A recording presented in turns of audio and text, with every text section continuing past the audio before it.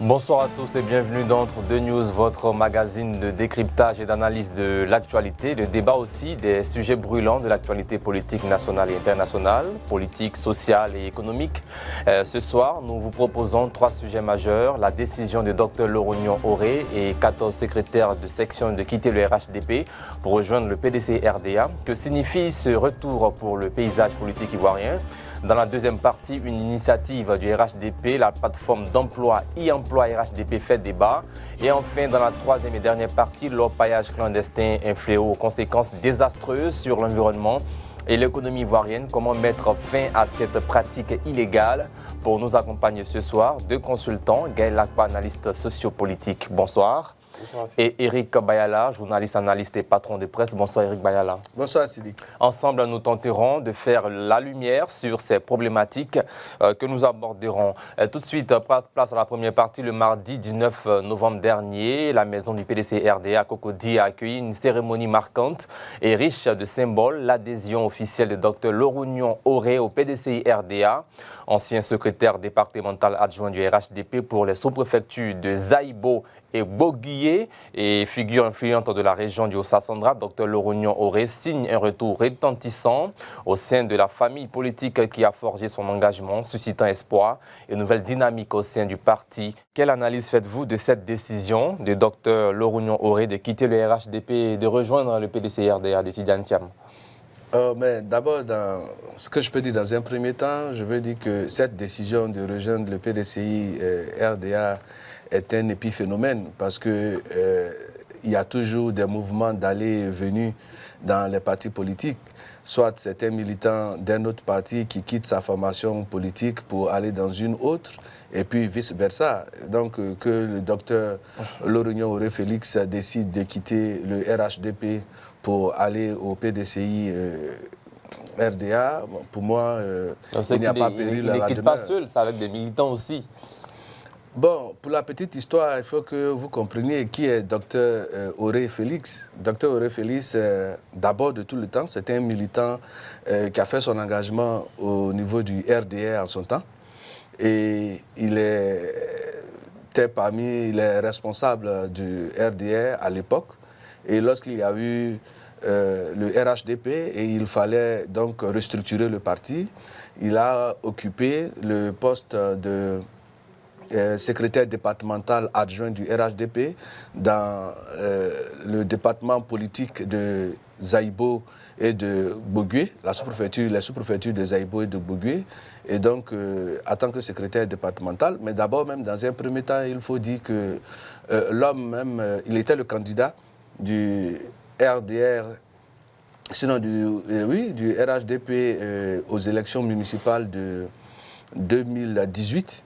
Il avait en face de lui le candidat du PDCI, M. Tapé Logroin. Et à l'issue de ces élections, M. Tapé Logroin, candidat du PDCI, a battu, donc à plate couture, M. Tapé Oré Félix. Et vers la fin du mandat de M. Tapé Logroin a décidé de rejoindre le RHDP. Et donc, Tapé Logroin est militant du RHDP, qui était le maire donc, de la commune de Bogué. Et par la suite, à la fin de son mandat, comme je le disais tantôt, il a rejoint donc le RHDP. Et quand il y a eu les récentes, selon les dernières élections municipales, M. Tapé Logroin, quand bien même était le maire sortant, a décidé de se mettre entièrement à la disposition du RHDP. Il n'a pas voulu candidater. Il a laissé donc le soin à M.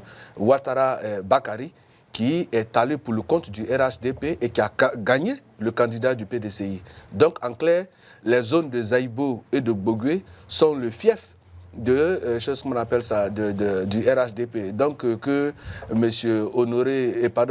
Lorognon Oré Félix décide de partir au PDCI, il n'y a pas péril à la demeure, comme je l'ai dit, c'est un épiphénomène. Bien, un épiphénomène, Gaël Lakpa. Est-ce que vous partagez cet avis? Bon, le vocable me fait sourire en même temps, parce que ce n'est pas la première fois qu'on entend ce genre de... qu'on voit ce genre de mouvement politique de responsables du RHDP qui quitte le navire et qui va vers l'opposition, c'est-à-dire le PDCI. Il faut d'abord noter que du vivant du président Bédié, il avait, avec le PDCI, mis en place une stratégie pour attirer tous les mécontents du RHDP. Et cette stratégie-là, apparemment, on pourrait le dire à vue d'œil que cela fonctionne. Parce que depuis un certain moment, je pense qu'il y avait eu un cas comme ça avec Iré. On a vu dernièrement la députée de Goïtafla, si la ville est bonne, la députée Javis, qui avait démissionné du groupe parlementaire RHDP. Elle n'a pas dit qu'elle partait vers le PDCI, mais déjà même démissionné, c'est déjà quelque elle est chose. revenue. Bien sûr, je vais en venir à ça. Okay. Ne vous pressez pas, M. Bayala. Je donne les faits tels qu'ils sont. Donc, elle a démissionné et je crois, avant même 72 heures, elle est revenue. Bon, et puis on entend aussi aujourd'hui l'affaire de Bogué. Voilà, donc pour moi, cela montre qu'au niveau du RHDP, il n'y a pas une certaine cohésion, en fait. Il y a beaucoup de mécontentements. Est-ce qu'on va dire mauvais traitement des cadres? Voilà, il y a forcément des éléments comme ça, sûrement des rivalités internes, il peut y avoir du manque de reconnaissance, il peut y avoir, comme on appelle... Des frustrations également. Et tout ça, des crocs en jambes, voilà, tout ça c'est dans la vie politique.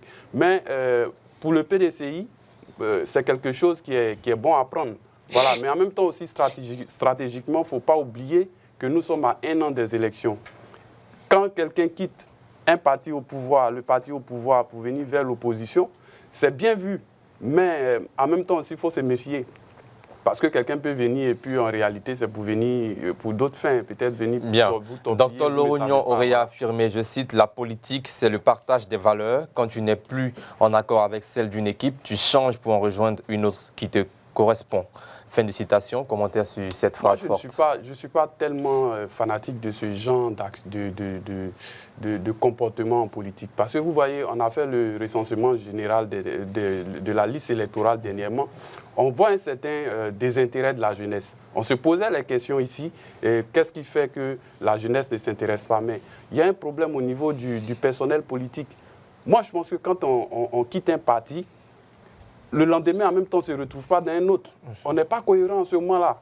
Est-ce qu'on peut vous faire confiance? On quitte le RHDP, bon, peut-être on peut se donner le temps, peut-être 6 mois, 1 an d'analyser encore, mais quitter le RHDP en même temps, aller de l'autre côté, moi, ça me gêne un peu, honnêtement. Comment vous voulez qu'on dise aujourd'hui qu'il est parti à plusieurs militants du RHDP? Donc, ces militants du RHDP qui vont le suivre là, c'est dit qu'eux, ils n'ont pas de jugeote. Parce qu'il va à gauche, tout le monde va à gauche. Parce qu'il va à droite, tout le monde va à droite. Mais en ce moment-là, bon, ce n'est pas sérieux pour moi. Bien. Eric Bayala, est-ce que ce retour au PDCI, disons, cette adhésion au PDCI-RDA doit être considérée comme une simple stratégie politique ou un réel alignement idéologique, comme il a si bien dit? Bon, je ne saurais d'abord m'incruster dans sa pensée pour savoir s'il est parti. Il dit la politique, c'est le partage des valeurs. Quand tu n'es plus en accord avec celle d'une équipe, tu changes pour rejoindre une autre qui te correspond. Qu'est-ce qu'il faut de notre entrée en politique? Pour entrer d'abord, pour rejoindre une formation politique, il faut d'abord soi-même se nourrir d'une conviction, se rendre compte que ce parti politique défend un tel idéal et j'estime que l'idéal que ce parti politique défend épouse mes convictions et donc je décide d'y adhérer. On y va librement et on en sort librement. Mais quand vous avez peut-être, vous motivez votre entrée en politique au motif que je vais au RHDP parce que c'est le parti au pouvoir, je vais essayer de militer en espérant qu'en retour, j'ai une récompense en termes de revenus, en termes peut-être de privilèges. Et quand vous y êtes, et quelque temps après, vous n'avez pas ce que vous attendez, eh bien vous dites que non, les valeurs pour lesquelles je m'étais engagé, je me rends compte que ces valeurs-là ne sont pas partagées et que je vais à gauche ou bien que je vais à droite. Ça frise ce qu'on appelle la prostitution politique. Parce que quand un engagement est basé sur une conviction, vous y allez non pas pour le confort personnel, parce qu'on va pour apporter son dynamisme, pour apporter, si vous voulez, sa participation militante, pour que la vision du leader puisse profiter à l'ensemble de la société. C'est ce qui fonde l'entrée des uns et des autres en politique. Mais quand on y va pour la recherche d'un besoin personnel, mais bien évidemment, dans un laps de temps, on va se rendre compte que nous avons été peut-être laissés ou bien lésés. Et quand c'est comme ça, vous manifestez le besoin de partir dans un autre parti politique. Alors, quelle lecture faites-vous aussi du départ simultané de 14 secrétaires de section? Non. En fait, c'est sur 14 sections. La déclaration dit que sur les 14 sections, ce sont 10 sections qui sont allées avec lui aux choses qu'on appelle au PDCI. Et un comité de base, pour ce que je sais, au niveau du RHDP, un comité de base fait 25 militants. et une section renferme 10 comités de base. Donc si on fait le ratio, ça va faire 2500 personnes qui, selon eux, ont rejoint docteur, Lorugno. Chose qu'on n'arrive pas à comprendre, suivre un leader parce qu'il quitte un parti politique.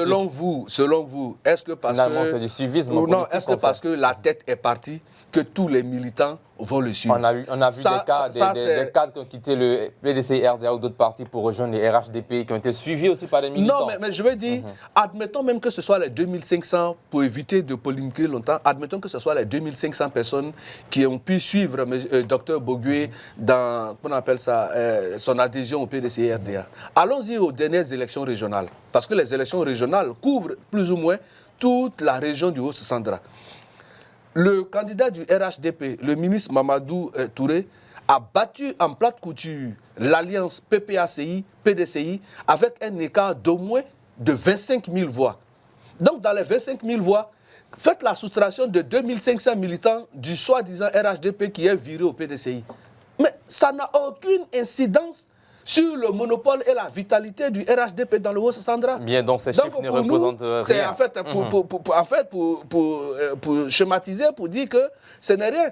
C'est un gros, une maigre situation avec un gros retentissement pour appeler l'attention de l'opinion de ce que rien ne s'est passé. Bien au contraire, ça met en potence la vitalité du RHDP dans la région. Bien. Et je profite de ce plateau pour dire merci au ministre Mamadou Touré pour sa brillante élection qui prouve que le maillage territorial du Haut-Sandra du RHDP est un acquis. Mais qui fait des électeurs aussi. Hein? Oui. Même s'ils ne sont pas nombreux. Autant les électeurs, je vous rassure, autant le communiqué dit que 2500 sont partis au PDCI, mais savez-vous combien le RHDP a pu ratisser dans le camp du PDCI à l'occasion de la récente RLE?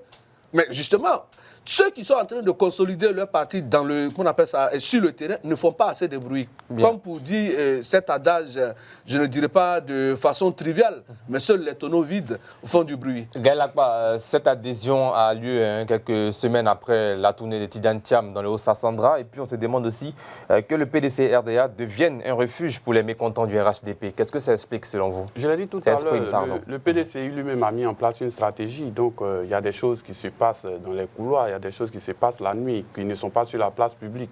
Donc, quand on voit ce genre de mouvement, il faut se dire qu'en réalité, la stratégie mise en place par le PDCI est en marche et semble fonctionner. Voilà. Et moi, contrairement à ce que Bayala dit,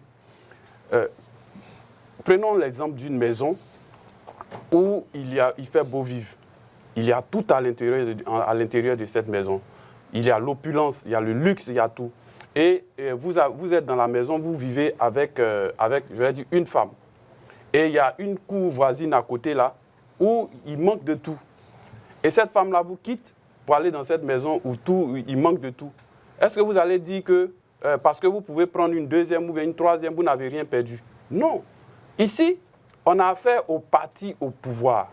Qu'on le veuille ou non, j'ai déjà cité quelques cas au départ, mais c'est un peu historique même pour moi, que dans un pays, surtout pays africain, où un parti au pouvoir, tout le temps, il y a des mouvements de ces éléments-là qui vont vers l'opposition. Il va dire qu'ils viennent parce qu'ils veulent quelque chose, mais ce quelque chose qu'ils veulent là, c'est parce qu'ils s'entendent sur des faits, ils s'entendent sur des trucs concrets avec certains membres du RHDP. Et quand il s'agit de les débaucher de l'opposition pour venir vers le RHDP, eux aussi ils font les fêtes quand les gens viennent. On voit la communication qui est faite autour. Tel cadre du PDCI ou bien du PPACI est venu au RHDP. Donc c'est qu'il souffre du fait que quand quelqu'un quitte le RHDP pour aller vers les partis politiques de l'opposition aussi, que les gens non, nous ne disons pas... Ce n'est pas une affaire de... Nous n'avons jamais dit pour rester dans cette histoire d'épiphénomène, chaque fois que quelqu'un se déplace du RHDP vers l'opposition, si vous ne prenez pas au sérieux un matin, vous risquerez de venir de retrouver le RHDP de tous ces militants. Tranquillement. Non, voilà. Nous sommes déjà loin de cette possibilité pour la simple raison qu'aujourd'hui, regardez tous les grands événements autour desquels les Ivoiriens se sont rassemblés. Lorsque la Côte d'Ivoire avait besoin pour elle de se mettre en lumière et de chanter les mérites de son embellie économique, notamment au niveau de la dernière CAN. il n'y a pas eu un seul instant un parti politique qui se soit désolidarisé de la vision du président Alassane Ouattara. Tous les Ivoiriens, de façon monolithique, se sont mis à l'unisson pour chanter. Laisse-moi finir. Pour chanter. Vous allez chanter les mérites du président de la République. Pour finir rapidement, Eric Bayala, quelle leçon tirez-vous de cette adhésion? C'est vrai que lorsqu'on est au pouvoir et que des militants quittent le navire pour aller ailleurs, c'est vrai que cela appelle à plus ou moins à une intention à essayer de faire d'être un peu plus regardant sur un certain nombre de choses. Mais ce que je veux dire, c'est que ça dépend de la qualité de celui qui s'en va. Ça dépend de ce qu'il représentait même au sein de l'appareil. Par exemple, vous avez pris la cour voisine. Mais quand vous êtes dans une maison avec une femme et que depuis un certain temps, c'est-à-dire, vous êtes là pour peut-être amoindrir, sinon polir les angles pour que le foyer puisse tenir, mais à la vérité, vous n'êtes plus en couple, vous vivez seulement que dans la même maison. Merci Eric Bayala.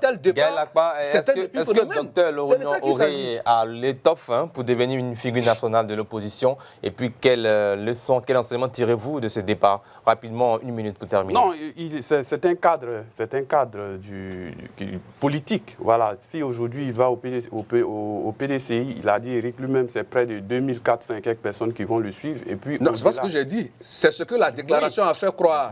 Voilà. Au-delà des 2400 quelques personnes, vous savez, dans l'entendement populaire, on va se dire quoi? Que si lui quitte le RHDP, c'est qu'il n'y a rien là-bas, en fait. Pour parler en français facile ivoirien, c'est qu'il n'y a rien là-bas. C'est que le RHDP ne tient pas ses engagements. Non, mais tout à l'heure, je l'ai rappelé. Le RHDP l'a trahi. Tout à l'heure, je l'ai rappelé. Il a quitté le PDCI pour lequel il est parti. Il a été candidat aux élections contre un candidat du PDCI. Ce dernier l'a battu. Et ce dernier, en étant maire élu PDCI, a décidé de laisser le PDCI pour venir au RHDP.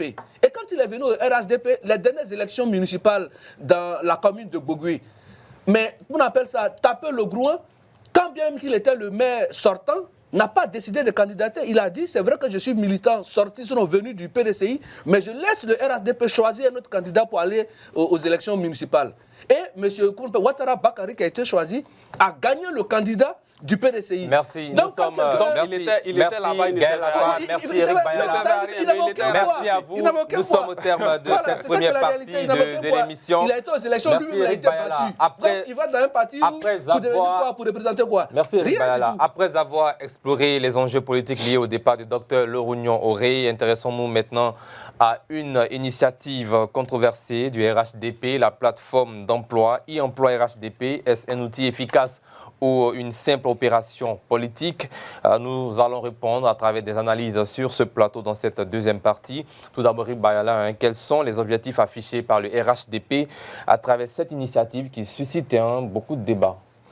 D'abord, ce que je veux dire, c'est que cette initiative est à saluer. Et c'est à l'actif de M. Issa Fadiga, qui est le secrétaire national chargé de la promotion de l'emploi au sein du RHDP. Le e-emploi RHDP n'est rien d'autre qu'un agrégat d'emploi. Contrairement à ce que les gens font croire sur les réseaux sociaux pour dire que c'est un acte anticonstitutionnel, loin il s'en faut. Mais bien au contraire, c'est une innovation qui permet donc aux militants du RHDP d'avoir une plateforme à partir de laquelle ils sont suffisamment informés sur les offres d'emploi qu'il existe. Et à travers cette plateforme, il s'agit non seulement de former les militants et de faire la promotion des différents secteurs d'activité, de les former dans toutes les activités dans lesquelles les emplois sont disponibles. Et il ne s'agit pas de dire que quand on s'inscrit sur la plateforme, automatiquement, cette plateforme-là vous trouve une place à laquelle vous êtes proposé. C'est faux. Cette plateforme, comme je l'ai dit, est un agrégat d'emploi. Ça dit de quoi il s'agit. Et que ça exige une carte de militant RHDP? Mais je vous explique. Parce que cette plateforme est faite d'abord dans le but de former les jeunes du RHDP, de les former sur les différentes, les différentes possibilités d'acquisition d'emploi. Comment monter un projet, comment constituer, un curriculum vitae. Et c'est une veille stratégique qui fait la prospective sur l'ensemble des sites qui existent Par exemple, on dit qu'il y a une ONG qui propose 2 places comme commercial au sein de cette ONG, ou bien au niveau de la fonction publique, il y a tel concours qui sont disponibles. Quand vous vous inscrivez sur cette plateforme de RHDP, cela vous redirige directement sur le site en question et vous partez candidater. Sinon, cette plateforme n'est pas faite pour vous octroyer du travail. Mais elle vous donne les outils nécessaires, les informations nécessaires sur la disponibilité des emplois qui existent. Et pour ce faire, tout parti politique doit pouvoir travailler à non seulement former sa jeunesse, mais à leur donner les rudiments nécessaires pour être plus compétitif sur le marché de l'emploi. C'est à cela que la plateforme e-emploi RHDP répond. Sinon, elle n'est pas pourvoyeuse exclusive d'emploi pour le bon compte exclusif des militants du RHDP. Bien. Et Gaël Akba, comment vous percevez cette plateforme du parti au pouvoir? Bon, on a entendu parler de cette affaire tous. Et qui paraît, selon certains analystes, anticonstitutionnel. Ça mène à polémique, parce que c'est bien écrit e-emploi. On n'a pas dit e-formation, on n'a pas dit, selon tout ce que Bayala a pu dire, on a dit e-emploi et il paraît même, je dis il paraît parce que je n'ai pas forcément les attitudes, que pour s'inscrire, il faut avoir une carte de militant. Pour analyser cela, ça amène à pouvoir penser au fait qu'on veuille instrumentaliser la jeunesse. C'est une sorte d'instrumentalisation parce que dans l'imaginaire de celui qui se retrouve devant un tel projet, il faut que je sois RHDP pour pouvoir être sur la plateforme et de là-bas, sûrement, Bayala va beau nous expliquer que ce n'est pas pour avoir de l'emploi, trouver de l'emploi, ça ce sont des mots pour le plateau, mais on sait comment ça se passe en Côte d'Ivoire. Donc, en ce sens-là, il faut dire qu'il y a un problème d'éthique. Il y a un problème d'éthique et puis il y a un problème d'équité. En Côte d'Ivoire, il existe déjà le ministère de l'Emploi, comment on appelle, de l'Emploi et de la jeunesse, qui est dirigé par M. Touré Mamadou. Tout ce que Éric Bayala a pu citer, qui est dans le fond de ce site, comme tout ce qu'il propose comme activité au sein de cette plateforme et dérivé de cette plateforme, je pense que le ministère de Touré Mamadou est bien placé pour le faire. Être au pouvoir et encore créer un truc parallèle comme ça, et puis aujourd'hui, venir s'asseoir pour vouloir expliquer autre chose, je pense que ça sera un peu difficile pour faire comprendre cela à tout le monde. Non, ça sera pas difficile. Ce qu'on comprend ici, c'est que le RHDP, c'est le parti qui est au pouvoir. Aller encore créer une plateforme de cette sorte et dire que aujourd'hui, venir expliquer que non, ce n'est pas de ça qu'il s'agit, je pense que c'est un peu suspect, à mon sens. Oui, mais ce que je vais vous dire pour que vous puissiez comprendre, c'est que quand on est au pouvoir, on ne travaille pas pour ses militants. On travaille pour l'ensemble des Ivoiriens. Laissez-moi finir, s'il vous plaît. C'est l'impression que ça donne. Oui, une impression n'est pas forcément une réalité. Okay. Voilà, justement. Ça veut dire que quand vous êtes en train de rêvasser, il vous arrive souvent d'avoir des impressions. Mais la lucidité commande que quand on travaille pour un parti, quand on est au pouvoir, on ne travaille pas pour ses militants. On travaille pour l'ensemble des Ivoiriens. Les plateformes issues de la promotion du ministère de la Jeunesse et de la formation civique, c'est pour l'ensemble des Ivoiriens. Vous n'avez pas besoin d'être militant du RHDP pour bénéficier des atouts qui sont mis en place par le gouvernement. Tout récemment, vous avez vu les tournées organisées par le ministre de la Jeunesse, le ministre Mamadou Touré. Mais partout, tous les jeunes qui bénéficient des différents appuis, nullement il vous est demandé de quel parti politique êtes-vous issu avant de bénéficier de ces appuis financiers. Non, parce que c'est un dispositif qui concerne l'État pour le mettre au compte de l'ensemble des jeunes, des bénéficiaires et de tous ceux qui en remplissent les conditions. Pour revenir à la plateforme e-militant, est-ce que parce qu'on est au pouvoir, mais en même temps, on a un parti politique qu'il faut animer. Et dans ce parti politique, nous avons plusieurs organes. Il y a les organes qui s'occupent des femmes, de la jeunesse, des enseignants, de la diaspora, pour ne citer que cela. Mais au sein de ces différents organes, il faut un mécanisme qui puisse prendre en compte les aspirations des différentes personnes qui sont, on appelle ça, identifiées au sein de ces différents organes. Donc quand on met une plateforme pour dire aujourd'hui, le marché de l'emploi, il n'y a pas de place pour la médiocrité sur le président Alassane Ouattara. Et donc si vous voulez compétir sur le marché de l'emploi, il vous faut avoir certaines aptitudes, certaines compétences. Donc nous, en tant que parti au pouvoir, qui faisons la promotion de l'excellence, nous créons cet outil pour permettre aux militants, d'abord dans un premier temps, mais à tous les jeunes qui veulent bénéficier de cette formation, de s'inscrire et de bénéficier de toutes les formations en ce qui concerne certaines... Pardon, quand vous dites tous les jeunes, même un jeune du PDC, RDA, du FPI, en tant que jeune ivoirien. Je veux, comme nous sommes en plateau, c'est cela. Sinon, on va prendre la plateforme si vous voulez, ou bien peut-être après le plateau. Il est nullement demandé à quelqu'un d'y inscrire le numéro de sa carte de militant. Nullement. Vous êtes jeune, vous pensez que le RHDP offre une tribune qui peut concourir à renforcer vos capacités, à vous former. Vous partez, vous vous inscrivez sur cette plateforme et on vous donne les informations en ligne. Cela vous permet, par exemple, vous êtes sorti de votre formation académique et on dit que, bon, il y a dans telle entreprise des postes à pourvoir. Mais, forcément, vous devrez aller à un entretien. Forcément, vous devrez présenter votre CV d'une façon qui puisse accrocher l'entreprise qui peut vous recruter. Et donc, c'est cette mise en lien, en diapason avec les réalités des entreprises pourvoyeuses d'emploi et la formation des militants ou bien des jeunes qui veulent soumissionner à ces différents emplois. Donc, si vous voulez, c'est une passerelle de formation et d'information instituée par le RHDP qui n'a absolument rien à voir avec les plateformes et la promotion que le gouvernement met à la disposition. Nous verrons avec l'équipe technique si c'est possible d'afficher de temps en temps ce site pour qu'on puisse voir ensemble comment ça marche. Un analyste ivoirien, Éric Dohou, a affirmé hier, et je cite, « Le RHDP reconnaît que le ministère de la Jeunesse et de l'Emploi des Jeunes fait un mauvais travail et que des initiatives privées sont nécessaires pour aider les gens à trouver du travail. » Fin de citation. Est-ce qu'il a tort? Voilà, je ne l'avais pas lu. Tout à l'heure, quand je développais avant que Éric Bayala prenne la parole, c'est à peu près la même chose que cet analyste-là dit. Et Éric, moi, je suis un peu rassuré dans ce qu'il dit, hein, parce qu'on ne va pas faire des analyses si ce qui n'est pas. Tout à l'heure, il a parlé de rêvasser. Personne ne rêvasse, mais on réfléchit. Voilà.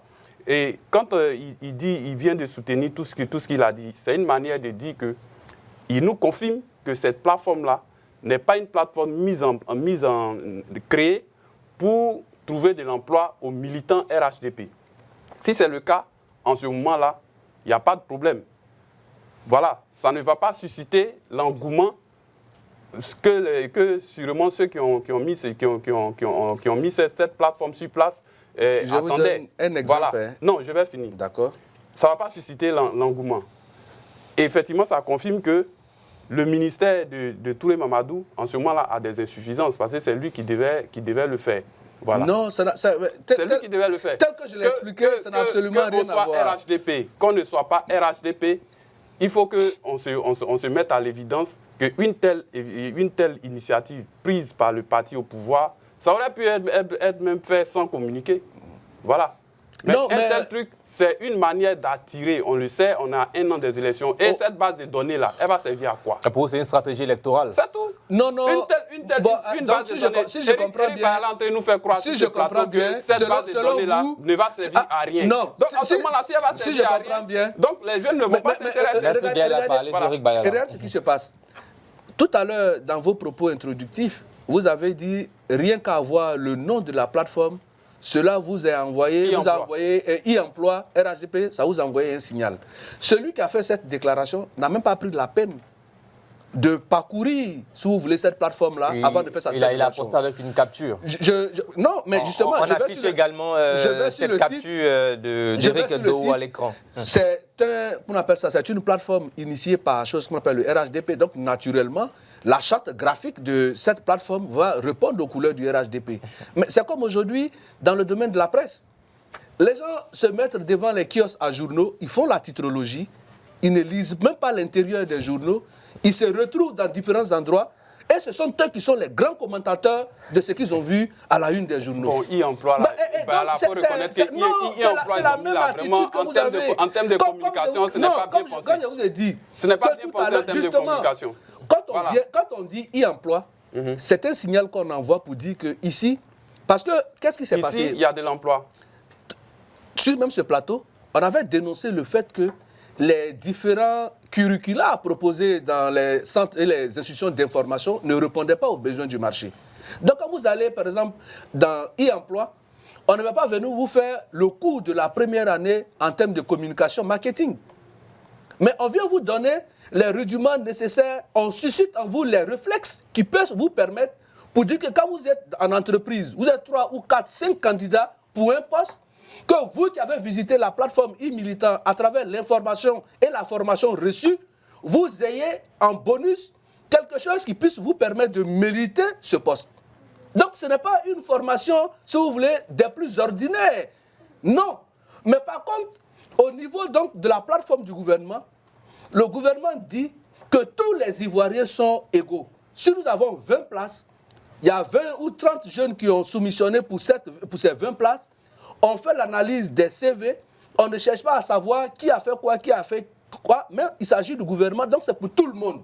En ce moment-là, à travers les conditions qui sont édictées par le ministère pour pouvoir avoir cet emploi, par l'entreprise qui propose l'emploi, si vous avez le choix, vous êtes choisi. Et donc, ça n'a absolument rien à voir. Et c'est une initiative qui doit être saluée parce que j'invite même les autres partis politiques, tels que le PPACI, le COGEP, le PDCI, d'avoir des plateformes où les jeunes peuvent se retrouver pour pouvoir avoir ces différentes formations-là et d'être compétitifs.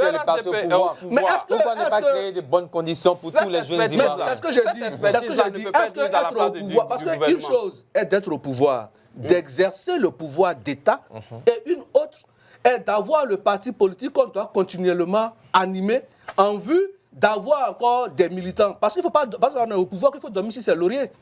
Quand on est au pouvoir, les défis pour le parti au pouvoir sont plus importants et plus grands parce qu'on travaille exclusivement pour l'ensemble des Ivoiriens.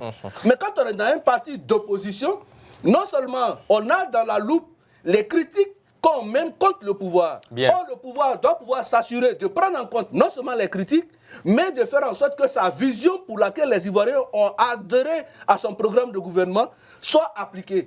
Donc, les leviers dont dispose le parti au pouvoir non seulement sont multiples, importants, décisifs, mais ça participe non seulement à rendre dynamique l'appareil d'État, mais aussi à construire à côté un parti politique. Bien, mais donc c'est deux choses différentes. Parlons de pouvoir. Est-ce que cette plateforme respecte les principes d'équité et d'égalité? Non. Et les textes en vigueur? Non, parce que si on prend l'article 14 de la Constitution, je vais lire pour que tout le monde soit conscient de ce qu'il s'agit. C'est dit à l'article 14 que toute personne a le droit de choisir librement sa profession ou son emploi. L'accès aux emplois publics ou privés est égal pour tous, en fonction des qualités et des compétences. Est interdite toute discrimination dans l'accès aux emplois ou dans leur exercice fondé sur le sexe, l'ethnie ou l'opinion politique, religieuse ou philosophique. Donc, c'est clair, ceux qui disent que cette initiative-là viole la Constitution, c'est dit ici que c'est dit à l'article 14 et c'est bien mentionné. Maintenant, je suis désolé. Quand Eric je suis vraiment désolé. Oui, tu peux être désolé. Je suis vraiment désolé. Quant à l'interprétation que vous faites de l'article 14, l'article 14 d'opinion politique. Oui. Le RADP est un parti qui est au pouvoir. Non, quand on parle d'opinion politique ici, ça veut dire que quand vous vous retrouvez devant un employeur, on ne vous dit pas, monsieur Gaël Lapa, on vous choisit parce que vous êtes militant du RHDP au détriment du militant. C'est ça. Ça n'a rien à voir. Être engagé par rapport à l'opinion politique. Mais ici, j'ai été très bien clair et très bien précis en vous expliquant. Justement, c'est ça.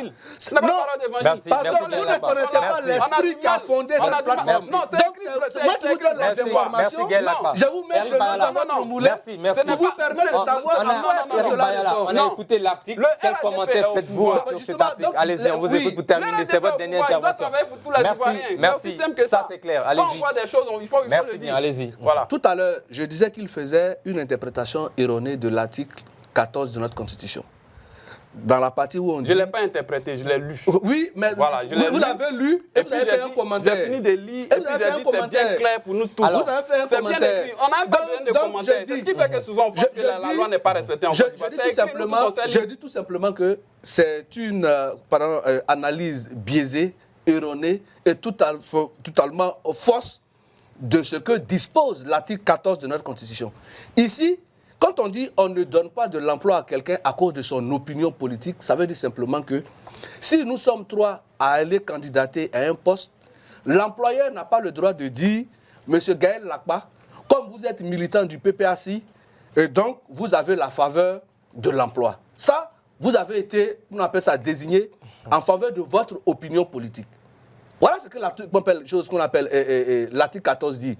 Ou bien, parce que vous êtes une femme et que l'autre c'est un homme, on préfère la femme, il faut l'égalité au niveau des chances. Mais cet article est précédé par ceci, pour dire qu'il est mis en compétition les qualités, la compétence de tous ceux qui vont chercher sur le marché de l'emploi.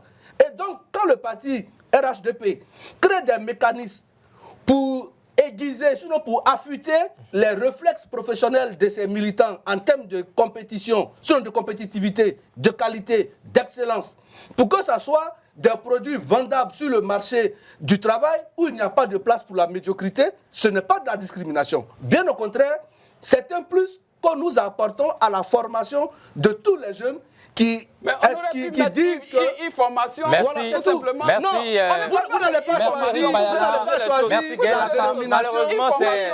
Merci, merci, c'est malheureusement la fin de la deuxième partie de cette émission. Nous faisons maintenant place à la troisième partie, juste après la réclame publicitaire. Maintenant la pub. Voilà. En passant de l'emploi à l'environnement, nous abordons maintenant notre dernier sujet, l'orpaillage clandestin. Ce fléau a des répercussions sociales, économiques et environnementales graves. Comment les autorités et la société peuvent-elles s'unir pour y mettre un terme? Nous répondrons à cette question, cette grande question dans cette troisième partie de l'émission. Gaël Lakba, quelle est l'ampleur actuelle de l'orpaillage clandestin en Côte d'Ivoire? L'orpaillage clandestin est devenu maintenant en Côte d'Ivoire un fléau qui est en train de faire beaucoup de ravages. Je vais dire dans les zones, surtout à l'intérieur du pays, au centre surtout, dans plusieurs zones. Au fil des années, les sites clandestins continuent de prospérer. Il faut dire que c'est un véritable danger pour nos populations, c'est un danger pour l'écosystème, un danger même pour l'État. Donc ce phénomène-là a un impact à plusieurs niveaux. Voilà, donc pour jeter les dés, avant qu'on aille dans le vif du sujet, c'est un véritable phénomène à combattre pour l'État. Voilà. Et quels sont les principaux foyers de cette activité illégale? Foyers dans quel c'est-à-dire les zones dans lesquelles on trouve plus cette activité? Oui, les zones forestières, tout ce qui est terre, voilà. Et puis c'est beaucoup concentré actuellement vers le centre, mais un peu plus vers le centre. Surtout dans la Maraoué également. Voilà, donc on va dire en réalité c'est toutes les zones aurifères en fait. Voilà, c'est cette activité illégale-là prospère parce que depuis un certain moment, les gens le font, c'est devenu comme les cartels de drogue. Voilà, ce n'est plus... C'est vrai que l'État réglemente le secteur, mais de façon parallèle, des réseaux mafieux se sont mis en place et exploitent. L'État a vraiment un véritable problème pour pouvoir mettre fin à cela. Eric Bala, pourquoi ce phénomène persiste malgré les efforts des autorités ivoiriennes? Tout simplement parce que les populations sont elles-mêmes complices. Parce qu'un orpailleur ne peut pas venir chez une terre sans qu'il n'y ait eu la caution du chef du village ou bien du propriétaire terrien ou encore moins de celui qui est le propriétaire de la plantation. Donc, d'abord même à un niveau, à une première échelle, il faut reconnaître que les populations sont complices de ces pratiques illégales en ce qui concerne l'orpaillage clandestin. Et donc, à ce niveau-là, il faut interpeller, sinon sensibiliser davantage. Moi, je prends une zone, par exemple, à Gagnoa, où j'ai un ami dans la sous-préfecture de Sério, notamment, non, pas avant d'arriver à Sério, mais plutôt dans le Guia, c'est-à-dire à Isabré, où, au cours d'une discussion, il me dit, vraiment, il y a des gens qui sont venus prospecter dans nos plantations de cacao, et pratiquement de Aïs-Abré jusqu'à une trentaine de kilomètres, au-dessus de toutes ces plantations de cacao-là, on vient de découvrir de l'or. Donc nous sommes en train de nous organiser pour essayer de voir avec ces opérateurs-là comment leur céder la place pour que l'extraction minière se fasse. Je lui ai dit, est-ce que c'est une entreprise agréée par l'État? Est-ce que vous êtes allé à la direction départementale de Gagnoa, par exemple, pour vous renseigner? Donc c'est comme ça que ces orpailleurs clandestins viennent appâter, sinon aguicher les pauvres paysans, qui laissent leur verger de cacao se détruire, et puis ils finissent de creuser. Ils creusent à des profondeurs. Non seulement ça appauvrit le sol, mais les produits qu'ils utilisent pour laver le sol, le cyanure et autres, comme on en a vu dans le Cavali, mais après, non seulement ça devient un danger pour non seulement l'écosystème, mais encore même au niveau environnemental, les impacts sont tellement graves. Donc, dans un premier temps, il est de la responsabilité de l'État, des populations. Parce que quand on dit l'État, c'est qui? L'État, c'est vous, c'est moi, c'est l'ensemble des populations, des citoyens. Mais si les citoyens eux-mêmes se font complices de cette pratique-là, quelle que soit la bonne volonté de l'État, il y aura toujours des gens qui vont passer entre les mailles du filet. Par exemple, si celui qui doit dénoncer même à la gendarmerie, c'est lui qui a concédé sa parcelle de terre pour qu'on y pratique cette activité, comment voudrez-vous que la gendarmerie soit peut-être informée de ce qu'il y a des clandestins en train de faire des extractions minières sur une parcelle? Et puis bon, il faut appeler également, chose qu'on appelle ça, la responsabilité de nos autorités sous-préfectorales et préfectorales. Parce que le chef du village, c'est d'abord le premier maillon de l'administration au niveau de nos différents villages. Quels sont les rapports que les sous-préfets ont avec les chefs de village, de sorte à ce que, quand des orpailleurs clandestins sont installés dans leur localité, ils ne soient pas capables de remonter l'information au sous-préfet et pour que ça puisse suivre l'échelle d'évolution au niveau des informations pour que la gendarmerie ou bien les forces compétentes puissent intervenir. Il y a une grosse mafia, une complicité qui non seulement, dans un premier temps, engage la responsabilité des populations locales, y compris la chefferie, mais nous sommes là à nous interroger comment se fait-il que les autorités sous-préfectorales, elles aussi, n'ont pas peut-être l'information pour qu'on y mette fin. Non seulement on déguerpit un site, quelque temps après, les sites sont recolonisés.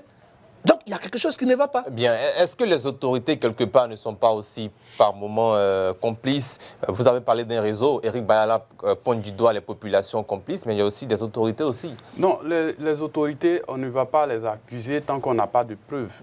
Voilà, mais ici, il y a plutôt l'insuffisance en termes de moyens de lutte contre ce phénomène-là. Parce que c'est une affaire dont on parle ici à Abidjan, sur les plateaux, mais quand vous retrouvez sur le terrain, c'est tout autre chose, c'est une autre réalité. Imaginez-vous un jeune dans le village qui doit attendre que la traite de cacao arrive ou bien que le prix monte et tout ça. C'est un peu compliqué. Souvent, ils n'ont pas assez de moyens. Et puis, il y a le manque d'emploi. En réalité, ces réseaux mafieux-là, quand ils viennent, je dis bien mafieux, ils ont beaucoup d'argent. On vous dit que quelqu'un qui va creuser le sol peut toucher par jour entre 50 et 100 000 francs par jour dans cette affaire d'or. Donc, quand ils viennent, ils intéressent le chef du village, ils intéressent certaines autorités de la ville, y compris la police, la gendarmerie et tous ceux qui sont là, de sorte à ce que tout le monde ferme l'œil là-dessus, et puis eux, ils travaillent. Mais c'est ce que je disais tout à l'heure, ça fait perdre beaucoup d'argent à l'État, et comme Éric le disait, ça transforme l'écosystème. Ces terres-là, après, on ne peut plus les exploiter, on pollue les rivières, et les populations, en réalité, sont complices, mais s'en foutent. Parce qu'elles se disent, nous, on est ici, on a faim. Qu'est-ce que l'État fait pour nous? On ne voit rien. Donc, ce qu'on peut exploiter, qui est à nous, qui est notre terre, on exploite comme on veut. Donc, on dira d'une part, la corruption permet la prolifération de ces phénomènes. C'est pour ça que quand on parle des réseaux mafieux, il y a la corruption, il y a la prostitution, il y a tout ce qui est entraîné comme vice. Souvenez-vous de quelqu'un comme Pablo Escobar, quand on connaît son histoire. Dans son pays, il était adulé. Dans sa ville, tout le monde le soutenait. Ce sont les États-Unis qui sont venus par une mission pour venir le prendre. Sinon, c'est dit que tout son environnement là était déjà corrompu. C'est ce qui est en train de se passer dans ces zones.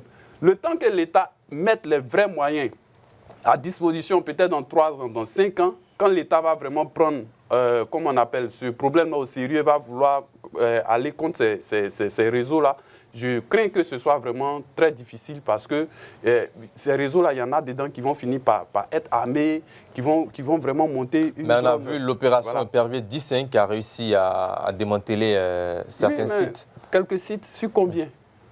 Voilà. Et ces quelques sites-là, comme il a dit, quand on finit de les démanteler, après ils reviennent. Voilà, donc c'est vraiment compliqué et ça demande aussi beaucoup de moyens à l'État pour mener cette lutte-là.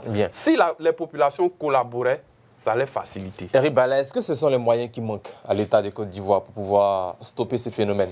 Je ne peux pas dire à l'heure actuelle que pour stopper ce phénomène, il y a des problèmes en termes de matériel ou bien de moyens en ce qui concerne l'État. Mais je vous dis, quand vous voyez l'indice de l'insécurité qui baisse en Côte d'Ivoire, ce n'est pas forcément parce que l'État a eu à mettre en place beaucoup d'acquisitions en termes d'armement ou bien de systèmes d'information. Mais c'est parce que le réseau du renseignement que l'État a pu mettre en place, dans lequel réseau les populations se reconnaissent, contribue à donner les informations de première main à nos différentes unités de police, de gendarmerie pour traquer, par exemple, les bandits de grand chemin. Mais, à contrario, quand on se retrouve dans le milieu rural, il y a le fait qu'il y a d'abord même le problème de l'analphabétisme. Parce qu'il faut reconnaître que le taux d'analphabétisme, disons de pénétration de ceux qui ont été familiers à l'école en Côte d'Ivoire, le ratio n'est pas important. Donc quand les gens arrivent dans les villages et qu'on propose de l'argent tout de suite, il a dit, pour des raisons existentielles, les gens sont aguichés parce que l'opérateur présente. Mais en même temps, quand l'activité se fait, ce sont les eaux qui sont polluées. Quand vous regardez, tout récemment, j'ai fait une mission à Boisseau. Mais la bia a perdu sa couleur originelle. C'est devenu une couleur jaune ocre. Et donc, ça fait que le système aquatique lui-même s'en retrouve perturbé. Or, les populations qui ont cédé les terres profitaient également de l'activité de la pêche au niveau de la bia pour pouvoir se nourrir. Ils avaient également des terres pour les cultures vivrières, pour les cultures de rente telles que le palmier et l'EVA. Mais quand ces activités aurifères-là ont lieu, mais les terres ne sont plus cultivables, ça devient des terres qui sont pratiquement fatiguées, dégradées. Et donc, comme quoi, quelqu'un l'a dit, ce n'est pas parce que j'ai faim que je dois vendre mes dents. Parce qu'après, quand j'ai la nourriture, comment je fais? Mais quand vous finissez de vendre vos terres à plusieurs millions et que vous ne pouvez plus avoir du poisson, vous ne pouvez plus avoir des cultures vivrières, vous ne pouvez plus avoir du riz, mais vous achetez quoi avec cet argent? Donc, pour nous, il faut impliquer d'abord, dans un premier temps, les présidents des mutuelles de développement des villages. Pour que ces présidents des mutuelles de développement puissent aller dans les différents villages pour sensibiliser les parents sur la nécessité de ne pas céder les terres aux orpailleurs clandestins. Qui eux-mêmes sont souvent corrompus. Bon, justement, malheureusement, quand on a fait à un problème d'éthique et de morale, vous voyez que les habitudes, la peau dure, c'est un travail de longue haleine. Mais plus grave, l'orpaillage clandestin affecte aussi la production agricole. C'est ce que j'ai dit. Si aujourd'hui, nous avons des problèmes, parce que vous savez que non seulement au niveau agricole, en ce qui concerne la production du cacao, il y a d'abord le fait que nos vergers sont en proie à la maladie qu'on appelle le shoot and shoot, qui fait qu'aujourd'hui, la production espérée au niveau national n'a pas été atteinte parce qu'il y a cette maladie-là. Mais en plus de ça, si on doit détruire des plantations entières de cacao pour de l'orpaillage, mais on risque, in fine, de perdre notre première place de producteur mondial de cacao. Et ça sera un désastre pour notre économie. Non seulement on perd la place, mais ces sols qui ont été déjà visités par les orpailleurs clandestins ne pourront plus servir à rien en termes de production agricole après. Et ce, sur de longues années. Et donc c'est un problème national qui implique la responsabilité de tout le monde. Depuis le plus petit des habitants de nos hameaux, de nos villages, de nos campements, jusqu'à ce qu'on arrive au sommet de l'administration qui est chapeautée au niveau départemental et régional par les préfets de département et les préfets de région. Mais comme je l'ai dit, il faut impliquer nécessairement les présidents des mutuelles de développement des villages, les chefs de village et les chefs de terre, y compris les présidents des jeunes. Si ces entités-là ont pu avoir le message qu'il faut, et porter la sensibilisation nécessaire auprès des populations, ils peuvent être des vecteurs d'alerte à nos forces de défense et de sécurité pour que tous ces réseaux-là soient démantelés. Parce que si on ne le fait pas, vous allez voir des villages où après, les gens vont mourir de faim parce que l'activité de l'orpaillage aura tout détruit autour d'eux, ils n'auront plus de terres cultivables et on dira que, bon, progressivement, la famine est en train de s'installer en Côte d'Ivoire. Bien. Gaël Akpa, quels sont aujourd'hui les défis majeurs pour réguler le secteur minier artisanal en dépit de tout ce que vous avez dit? Les défis majeurs, bon, moi je pense il faut qu'au niveau de l'État, la réglementation même soit revue. Parce que l'orpaillage même, au fond, n'est pas une mauvaise activité, ce n'est pas mauvais en soi, mais c'est la réglementation. Il faut que tous ceux qui exploitent aient des permis d'exploiter. Et puis quand ils finissent d'exploiter aussi, on traite la terre. Il y a des façons académiques, il y a des façons conventionnelles de pouvoir exploiter la terre et puis après exploitation, remettre la terre là en valeur. C'est-à-dire que si ça, ce n'est pas fait, les populations vont toujours s'adonner à cette exploitation libre qui aujourd'hui sûrement dans quelques années, comme Eric le disait, va finalement créer des problèmes parce que c'est à l'intérieur du pays en général que les cultures sont faites pour qu'on puisse être ravitaillé à Abidjan. Déjà même qu'au niveau du vivrier, souvent, il y a des périodes qui arrivent où il n'y a même pas, pour avoir la tomate, pour avoir de l'aubergine, du gombo, souvent c'est difficile parce qu'on parle des saisons et tout. Mais si aujourd'hui, on se retrouve bientôt dans une période où on n'a même plus de terre pour cultiver, ça sera vraiment difficile. Il y a aussi la question des multinationales. Les multinationales aussi sont quelque part complices parce que... Dans l'orpaillage clandestin? Oui, parce qu'elles n'achètent pas, elles achètent sans forcément regarder la providence du produit qu'elles gagnent. Ça veut dire que les réseaux parallèles là traitent avec certaines multinationales.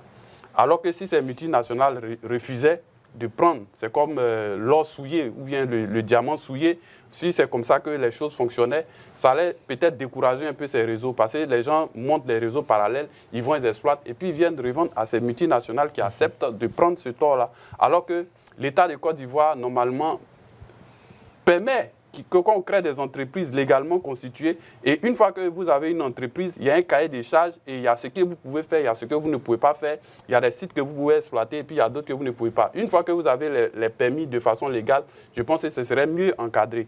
Mais comme ce n'est pas encadré aujourd'hui, chacun veut se faire... Non, à ce niveau-là, nous avons pu prendre attache avec le ministère du pétrole, des mines et de l'énergie. Quels sont les dispositifs qui existent pour mieux encadrer? De façon réglementaire, il faut dire que la loi existe. Oui, toutes les dispositions au niveau de l'État ont été prises pour que ceux qui veulent s'adonner à une activité extractive minière puissent remplir un certain nombre de conditions. Mais justement, les conditions sont telles que les gens n'arrivent pas, à part les multinationales qui ont les gros moyens, les gens n'arrivent pas à remplir ces conditions-là parce qu'il y a le respect environnemental, il y a des études environnementales qu'il faut mener pour voir l'impact, tout et tout. Et comme les gens n'arrivent pas à remplir les cahiers de charges proposés par l'État, ils passent donc par ces manières détournées-là pour aller faire cette exploitation artisanale. Sinon, la réglementation, les permis de pouvoir, qu'on appelle les permis en termes d'exploitation minière existent. Il y a tout un mécanisme, une batterie de documents à présenter avant que vous ayez ce permis-là. Mais en même temps... En fait, pour ne pas vous couper, c'est que, en fait, ce que je dis, c'est que ça existe. Et si c'est fait tel que c'est pour pouvoir protéger, en fait, l'environnement. Tout à fait. Mais comme eux, ils ont besoin d'avoir l'argent rapidement. Ils ne veulent pas rentrer dans le moule. Ils ne veulent pas respecter les règles. Et tant qu'ils ne vont pas respecter les règles, ils nous mettent tous en danger. C'est ce que je dis. Oui, voilà. Je suis d'accord, mais ce que je dis que cela... Parce que celui qui vient exploiter, il ne peut pas exploiter dans le néant, dans le vide. Il faut un espace. Or, en Côte d'Ivoire, la terre n'appartient pas à l'État. Appartient aux familles. C'est ça le problème. Donc, quand le monsieur arrive et qu'il va voir le propriétaire terrien, ou bien, qu'on appelle ça, un planteur, un paysan, qui a son champ, qui décide de donner son champ à un orpailleur clandestin, mais c'est son champ, il a un droit sur cet espace. Mais à celui-là, il faut porter l'information que peut-être aujourd'hui, tu peux encaisser 2 millions, 3 millions sur un certain nombre, qu'on appelle ça, d'années, mais après, c'est fini pour toi. Jusqu'à la fin des temps, tu ne pourras plus retrouver ce sol-là sur lequel tu pouvais peut-être mettre du manioc, des aubergines, tout et tout, c'est fini pour toi. Donc, comme on le dit, je préfère avoir un peu de façon sempiternelle que d'avoir gros un coup et de ne plus jamais rien avoir. C'est ça. Bon, ça, c'est une question d'éducation financière. Voilà, donc justement, il faut dire aux gens, en ayant sur vos parcelles des cultures agricoles, des cultures de rente telles que le cacao, le palmier à huile, etc., à partir desquelles vous avez la récolte et vous vivez décemment de vos récoltes, parce qu'aujourd'hui, celui qui a 100 kilos de cacao, il a pratiquement 200 000 francs. Merci Eric Bayala, malheureusement. Autant avoir un peu tous les jours Eric que d'avoir 10 millions un coup. Place maintenant au carton rouge.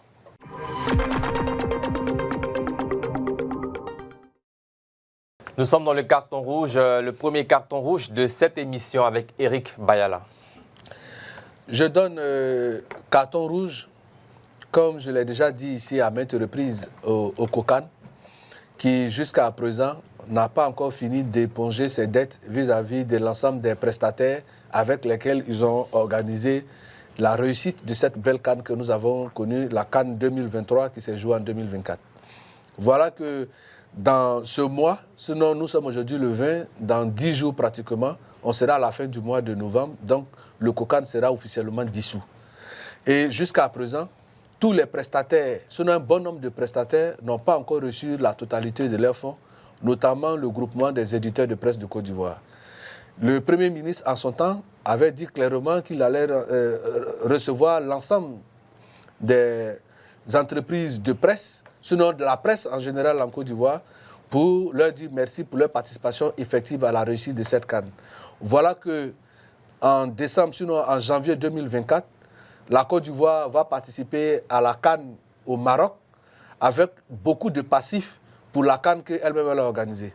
Donc jusqu'à la fin du mois, nous, en tant que groupement des éditeurs de presse de Côte d'Ivoire, nous allons donc appeler à un grand rassemblement, à une grande conférence de presse de tous les prestataires qui n'ont pas encore été payés par le COCAN, qui est une institution qui est sous la tutelle de la primature, pour que nous puissions donner de la voix, chacun dans son domaine d'activité, pour que devant l'opinion nationale et internationale, on puisse savoir réellement ce que le COCAN a fait et quels sont les sacrifices que nous avons consentis pour que la Côte d'Ivoire rayonne.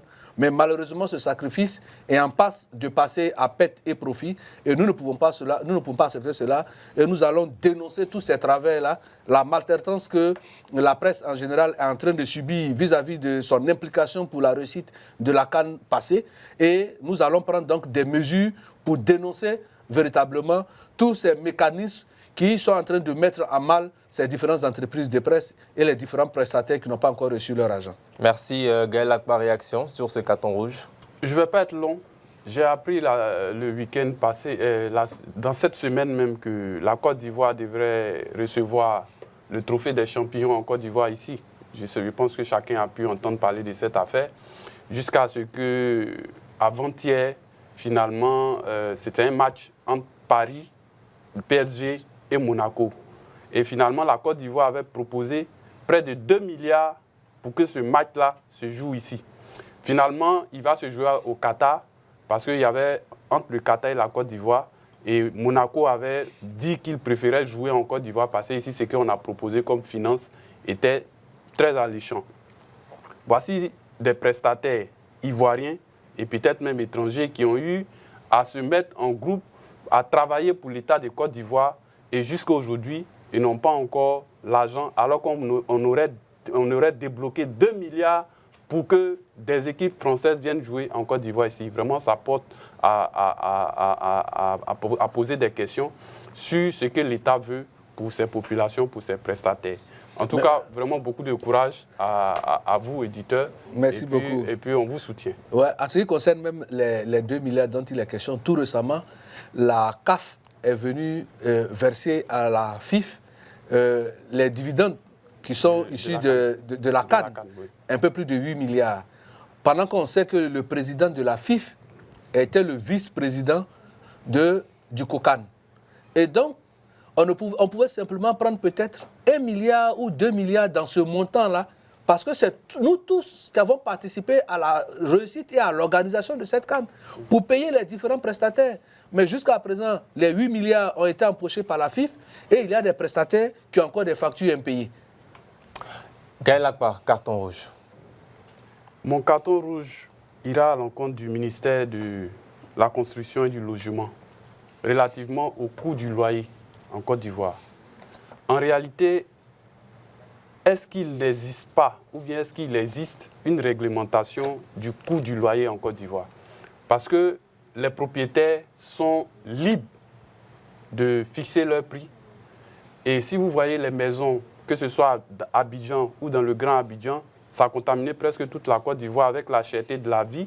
Vous allez trouver des maisons à des dimensions qui ne sont même pas réglementaires et qui coûtent 2 fois, 3 fois plus cher. Il faut que le ministère de la Construction, à ce niveau-là, marque là-haut là, et que ce ministère prenne ses responsabilités parce que ça devient un peu plus grave.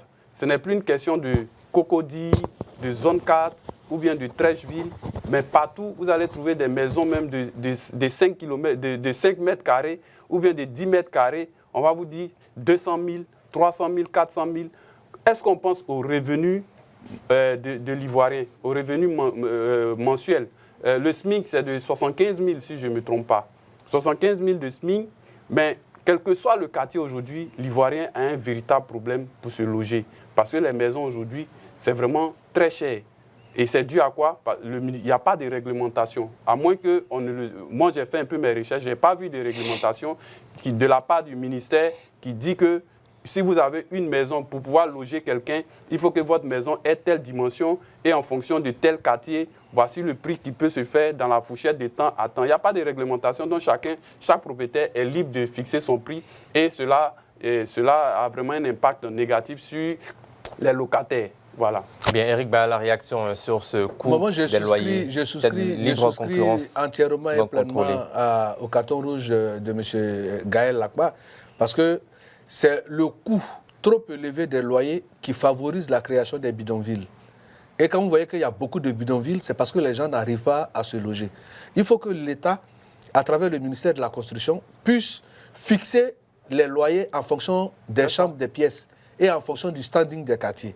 On vous dit par exemple, vous êtes à Makori, vous êtes au Remblai, si vous avez une maison de 2 chambres salon, ça ne doit pas excéder 120 000. C'est ça. Si vous avez qu'on appelle un studio, vous avez le studio à 50 ou à 60 000.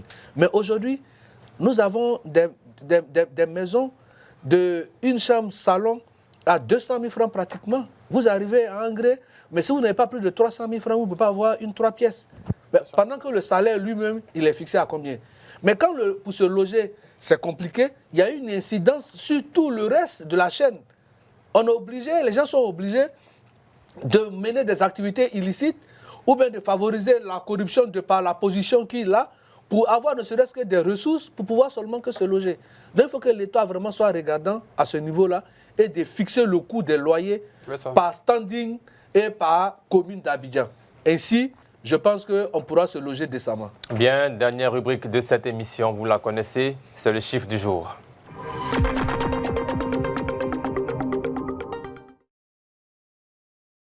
Le chiffre du jour, c'est 1439,59 milliards. Moi, dit des francs CFA. Aujourd'hui, je trouve. Allez-y. Budget du ministère de l'Éducation nationale. Effectivement, lundi 18 novembre dernier, la Commission des affaires économiques et financières de l'Assemblée nationale de Côte d'Ivoire a validé à l'unanimité le budget 2025 du ministère de l'Éducation nationale et de l'alphabétisation. Ce budget fixé à 1439,59 milliards de francs CFA affiche une hausse notable de 203 milliards par rapport à l'exercice précédent, témoignant d'un engagement accru en faveur de l'éducation et de l'alphabétisation en Côte d'Ivoire. Eric Bayala, on se demande, est-ce que ces chiffres ne sont pas aussi très élevés pour notre système éducatif parce qu'on veut des résultats aussi probants? Non, pas du tout. Mais je veux dire que c'est une initiative à louer dans la mesure où on voit qu'en termes d'éducation, les besoins qu'il y a en termes de construction d'écoles à tous les niveaux, tant bien même au préscolaire, au niveau scolaire, au niveau secondaire, au niveau secondaire. Et donc, il y a également le besoin de recruter des enseignants, de rénover tous les collèges et les établissements existants, d'apporter un système éducatif parce que le développement d'une nation, c'est forcément la formation, c'est l'éducation de base. Et je pense qu'en allant jusqu'à plus de 1400 milliards, c'est la volonté affichée du président de la République d'investir dans le volet éducation-formation qui accorde une priorité de l'éducation nationale de la Côte d'Ivoire. Et je pense que c'est une initiative à saluer. Vivement que ces fonds soient disponibles pour que, en termes de maillage territorial, en termes de construction d'écoles, comment on appelle ça, de garderies pour le préscolaire, pour les cantines scolaires, pour les collèges, les lycées, vous comprendrez que quand on a ce besoin au niveau national, les 1400, c'est vraiment bon à prendre, mais il y a encore des efforts même à faire pour que véritablement on n'ait pas un nombre pléthorique dans les classes. Vous arrivez souvent dans certaines classes où dans une classe on a 80 élèves. 80 élèves, l'enseignant qui est là devient improductif parce que ce sera difficile, le bleu de faire peut-être une ou deux évaluations vu le nombre de cahiers qu'il aura à corriger. Or, s'il y a beaucoup d'infrastructures pour, on appelle ça, absorber tout ce taux de personnes-là, je pense qu'on va résoudre non seulement le taux d'analphabétisme, mais en plus de cela, ça va participer à renforcer les maillons d'une bonne gouvernance et de la démocratie en Côte d'Ivoire. Gaël Akpa, commentaire sur ces chiffres. 1400 milliards, c'est le budget revu à la hausse. Il ne faut pas oublier qu'il y a eu les états généraux de l'éducation. Sûrement que beaucoup de résolutions en sont sorties et la ministre a fait la proposition de ce de quoi elle avait besoin. Moi, je dirais que sûrement, elle avait besoin de plus que ces 1400 quand on voit les défis face auxquels elle se retrouve. On voit beaucoup d'établissements. Dernièrement, il y a eu un scandale ici même à Abidjan où une affaire de table-banc dans un lycée, le lycée d'Angré. Dernièrement, à Dabou, au lycée Akpanyang, des étudiants, les élèves sont sortis en masse pour réclamer des tables-bancs dans leur salle de classe. Quand on sait qu'on est en 2024, avec toute la politique du président Ouattara, c'est dit que ce sont des difficultés qui continuent d'exister malgré les efforts qui sont faits. Donc les 1400... Et il y a un autre cas aussi au lycée moderne de Diokwe. Voilà. C'est lundi dernier que les tables sont arrivés. C'est un peu partout en Côte d'Ivoire. Et voilà. Donc aussi au niveau du recrutement des enseignants, il en faut assez parce qu'il y a beaucoup de zones en Côte d'Ivoire, à l'intérieur du pays surtout, et même à Abidjan, où on vous dira qu'il y a des manques de professeurs de maths, manque de professeurs de français. Et aujourd'hui, il y a un autre système même, c'est que tellement par manque d'enseignants à certains niveaux, les professeurs même sont obligés souvent de faire 2 matières, 3 matières. Ça a été institué dernièrement. Merci Gaël Akpa. Tant qu'il aura assez de moyens, on pourra faire améliorer les choses. Rendez-vous la semaine prochaine. Merci à vous également, Eric Bayala. On se donne rendez-vous la semaine prochaine. Merci. Ainsi s'achève cette édition d'Entre deux News à demain, même heure, même canal. Prenez soin de vous. Bonsoir.